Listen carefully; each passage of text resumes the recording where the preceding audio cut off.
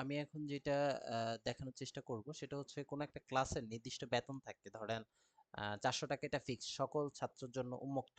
কিন্তু এখন কথা হচ্ছে অনেক সময় কেউ ফ্রি থাকে, বা কেউ 200 টাকা দেয়, কেউ 300 টাকা দেয়, বিশেষ কারণে তারা কম বেশি দেয়। তো এই যে কম বেশিটা, এখন সফটওয়্যারকে যদি আপনি এটা না বুঝান তাহলে তো সে বুঝবে না।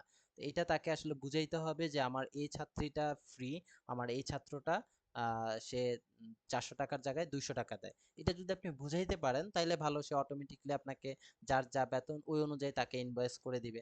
আর যদি আপনি এটা বুঝাইতে না পারেন, বুঝাইতে না পারলে সে কি করলো, আপনার ওই যে সবার, ওই যে বলে দিচ্ছে যে অমুক ক্লাসের সবার বেতন 400 টাকা, ও 400 টাকাই করবে। তো এটা হচ্ছে হিসাবে গরমিল হয় এবং দেখতে মানে একটু আনইজি ফিল হয়। তো এইটাকে আসলে হিসাবে সবকিছু ঠিকঠাক রাখার জন্য এটাকে ঠিক করে আসা, যে কোন স্টুডেন্টের বেতনটা আসলে কত, কে ফ্রি পড়তেছে, কে কত দিতেছে, কে কত ডিসকাউন্ট পাইতেছে, এটা সেট আপ করে আসা। তো এটা সেট আপ করার জন্য আমরা একাডেমিক সেট আপ অপশন থেকে স্টুডেন্ট একাডেমিক অপশনে যাব।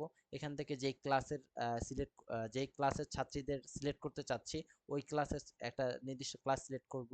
যেমন আমি ক্লাস 9 সিলেক্ট করলাম, এবং একাডেমিক সেশন এটা ডিফল্ট ভাবে একটাই থাকবে, যেটা অ্যাক্টিভ অবস্থায় যেটা থাকবে এটাই থাকবে।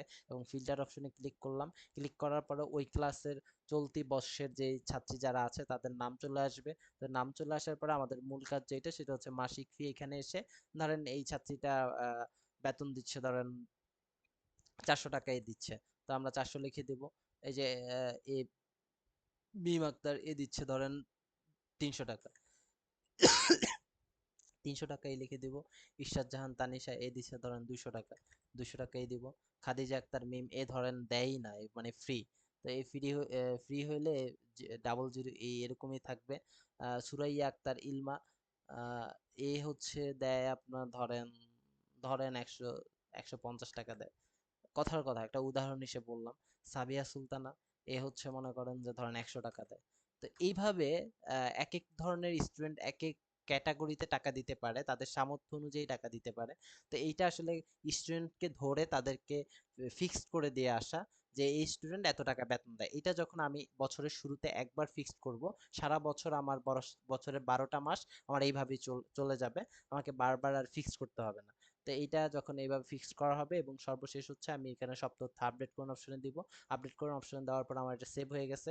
যখন আমি এই যে ক্লাস ফিল্টার করলাম এবং ক্লাস 9-এ আবার গিয়ে যদি দেখি, এই যে দেখেন আমি ক্লাস 400 400 400 300 যাকে যা দিছি ওই অবস্থায় সেভ হয়ে গেছে। তা এখন যখন হচ্ছে সেভ হয়ে গেছে, তা আমি এইবার যখন ইনভয়েস তৈরি করব, এবার ইনভয়েস করলে আপনার দেখা গেছে যে যার 300, যার 200, যার 150, যার 100 টাকা, এবং যার জিরো দেওয়া আছে, তার ওই মানে জিরো মানে হচ্ছে ফ্রি, সে ফ্রি পড়তেছে, তার ইনভয়েস হবে না, বা ইনভয়েস হইলেও ফ্রি আসবে। তো এই যে বিষয়টা, এই বিষয়টা হচ্ছে আপনার টোটাল এইভাবে কাজ করে। তো এইটা খেয়াল রাখতে হবে যে ইনভয়েস তৈরি করার আগে অবশ্যই মানে ওই সেশনে প্রতি বছরে একবার এটা ফি সেট আপ করে নিতে হবে, প্রত্যেকটা পার স্টুডেন্টকে ফি সেট আপ করে নিতে হবে। যদি ফি সেট আপ না হয়, না হইলে তাদেরকে ওই যে ডিফল্ট ওই ক্লাসের যে নির্ধারিত বেতন, ওই ক্লাসে ধরেন 500 টাকা নির্ধারিত বেতন, তাহলে ওই 500 টাকাই অটোমেটিকলি তার নামে ইনভয়েস হইতেই থাকবে, হইতেই থাকবে। তা আশা করি আমি বুঝাইতে পারছি। এরপরও যদি কোনো সমস্যা হয়, সেক্ষেত্রে হচ্ছে আমাকে হোয়াটসঅ্যাপে নক দিবেন, আমি আশা করি সমাধানটি দিয়ে দিবেন ইনশাল্লাহ।